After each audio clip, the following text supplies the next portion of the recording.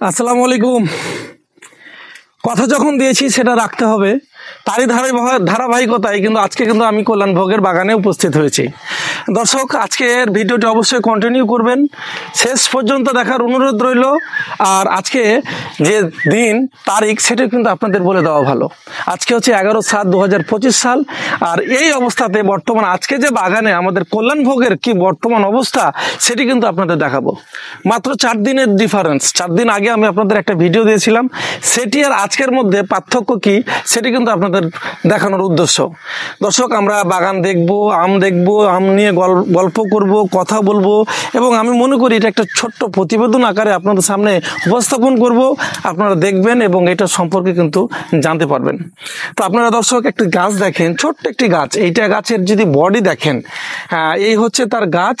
আর এইখানে দেখেন কি পরিমাণ আম। আলহামদুলিল্লাহ, এই হচ্ছে কল্যাণ ভোগের আমের আকার, আকৃতি এবং আমের বৈশিষ্ট্য। আসলে একটি থোকাতে কি পরিমাণ আম ধরে আছে সেটা আসলে আপনাদের স্বচক্ষে না দেখলে হয়তো বা বিশ্বাস করতে পারবেন না। দেখি তত কিন্তু এই আমের প্রেমে পড়ে যাই। আমি তো প্রেমে পড়ি। দর্শক, আপনারা যদি এখানে আসেন, উপস্থিত হন, তাহলে আমার মনে হয় আপনারা কিন্তু প্রেমে পড়ে যাবেন।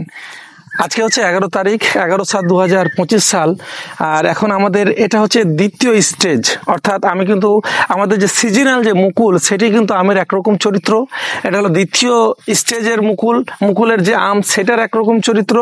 আর আমাদের যে তার পরবর্তী তৃতীয় অর্থাৎ মেন আকর্ষণ সেটি কিন্তু হচ্ছে আগামীর জন্য অপেক্ষায় আছে।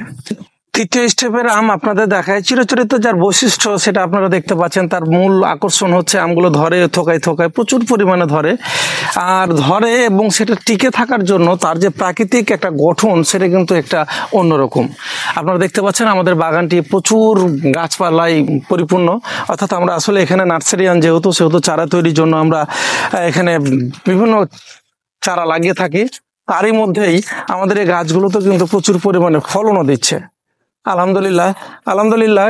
আসলে বলে বোঝানো খুবই মুশকিল। আসলে কোনটা বাদ দিয়ে কোনটা রাখবো, কোনটা আম দেখাবো, কিভাবে দেখাবো, আসলে বুঝতে পারছি না।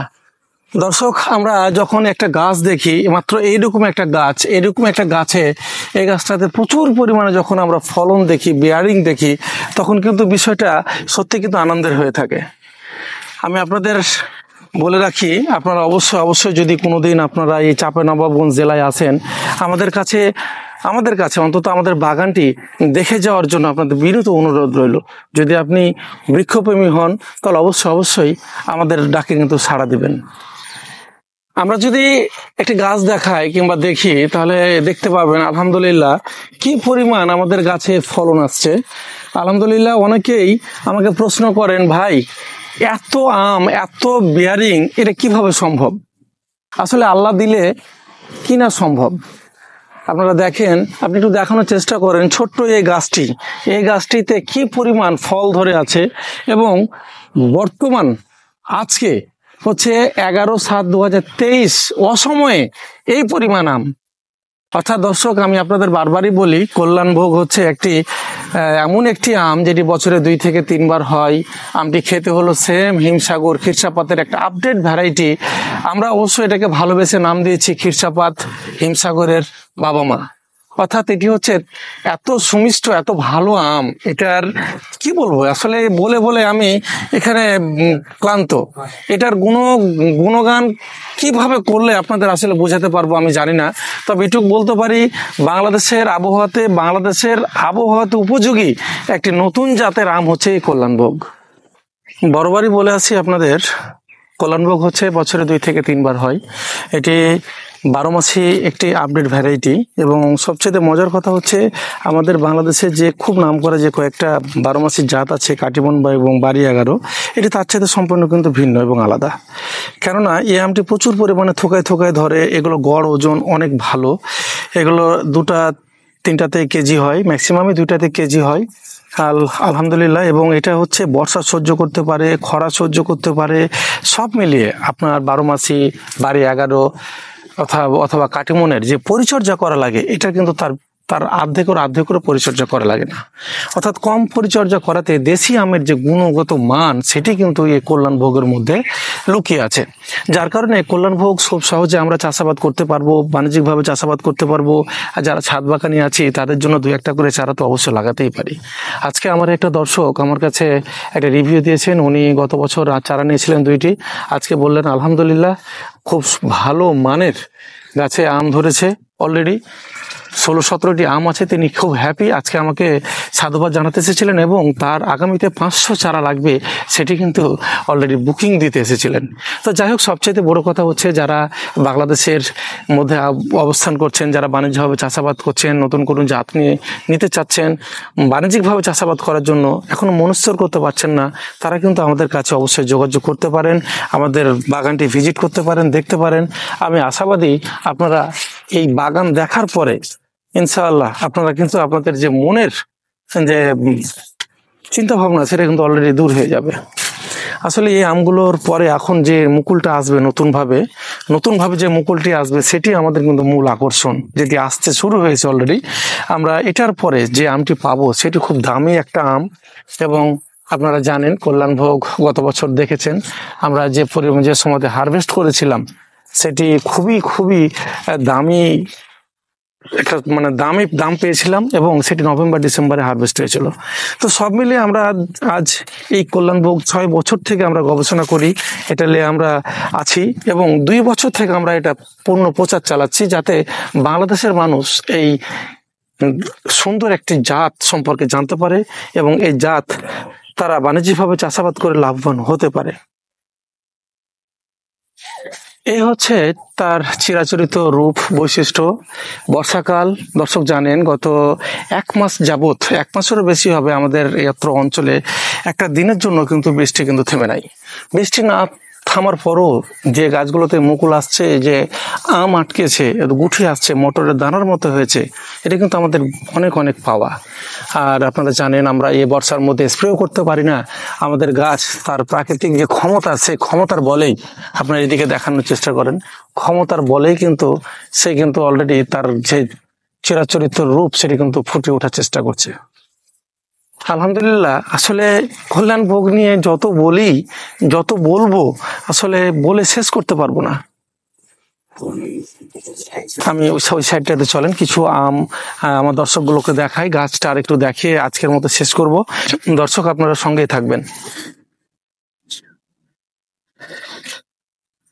আসলে কি বলবো আপনাদের, এভাবে যে গাছে আম ধরতে পারে তাও আবার অসময়ে এই বর্ষার মৌসুমে, সেটা কিন্তু কল্যাণভোগ হয়ে সম্ভব। আমার মতো হয়তো বা অনেকেই দেখেছেন কাশ্মীরে আপেলের গাছে যে পরিমাণ আপেল ধরে থাকে, সত্যি কিন্তু আমাদের হিংসা হতো এক সময়, আমিও কিন্তু হিংসা করতাম। আমি ভাবতাম কি বাংলাদেশে কি কোনো এমন একটা ফল হবে না যেটি অনেক দাম পাবো এবং খেতে ভালো হবে, এটার প্রতি মানুষের একটা চাহিদা থাকবে, আলাদা টান থাকবে এবং বাজার মূল্যটা ভালো পাবো।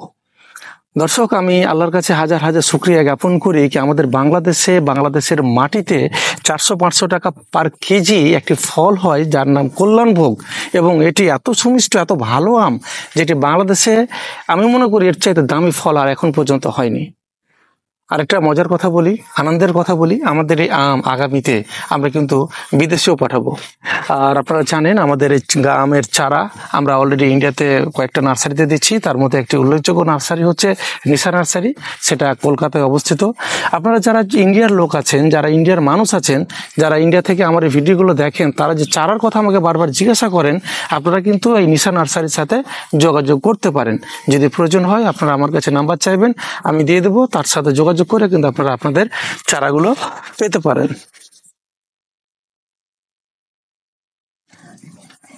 এই পাতাগুলো কেটে দেওয়ার একটি কারণ আছে, কারণ এই পাতাগুলো বর্ষাকাল, প্রচুর বর্ষা হচ্ছে, এই পাতা দিয়ে গড়িয়ে যে জলটা আমের উপরে আসছে এখানে কিন্তু দাগ হয় এবং আমটা কিন্তু খারাপ দেখায়।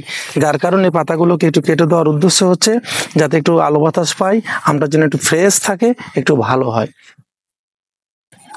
বিয়ারিং কি জিনিস, কিভাবে ধরে, এগুলো না দেখলে আসলে বিশ্বাস করা যায় না। দর্শক, আমি আপনাদের দেখানোর চেষ্টা করছি, দেখতে পাচ্ছেন কিনা। আসলে এইভাবেই তার মুকুল হয় এবং দানাগুলো ধরে, আম ধরে, একের পর এক থোকায় থোকায় হয়। আসলে বর্ষাকালে এই ধরনের আম ধরা খুবই খুবই টাফ ব্যাপার। তারপর আল্লাহর রহমতে অশেষ মেহেরবানিতে আমাদের কল্যাণভোগটা একটি বর্ষা জাত সহনশীল একটি জাত, যার কারণে এত সুন্দরভাবে আম ধরে থাকে। তো দর্শক, আসলে কল্যাণভোগ নিয়ে যত কথা বলবো শেষ করার নয়। কল্যাণভোগ এমন একটি আম যেটা বলে এবং দেখে হয়তো শেষ করতে পারবো না, তবে এতটুক আপনাদের বলতে পারি, আপনারা নির্ভাবনায় নিশ্চিন্তে আপনারা কিন্তু এই চারা বপন করতে পারেন, লাগাতে পারেন, আপনারা রোপণ করতে পারেন। বাংলাদেশের সব আবহাওয়ার সাথে উপযুক্ত একটি জাত। আসলে কি বলবো আপনাদের, ইচ্ছাতে বেশি বলার আবার ভাষা নেই। আজকের মতো আমরা এখানে শেষ করব। আবার দেখা হবে নতুন কোনো ভিডিওতে, আবার নতুন কোনো একদিনে। তবে ধারাবাহিকতা আমি আপনাদের বজায় রাখবো। আমি আপনাদের পর্যায়ক্রমে কল্যাণভোগের স্টেপ বাই স্টেপ দেখাবো। আশা করি আপনারা আমাদের সঙ্গেই থাকবেন আর আমাদের জন্য দোয়া রাখবেন। ভালো থাকবেন। আসসালামু আলাইকুম।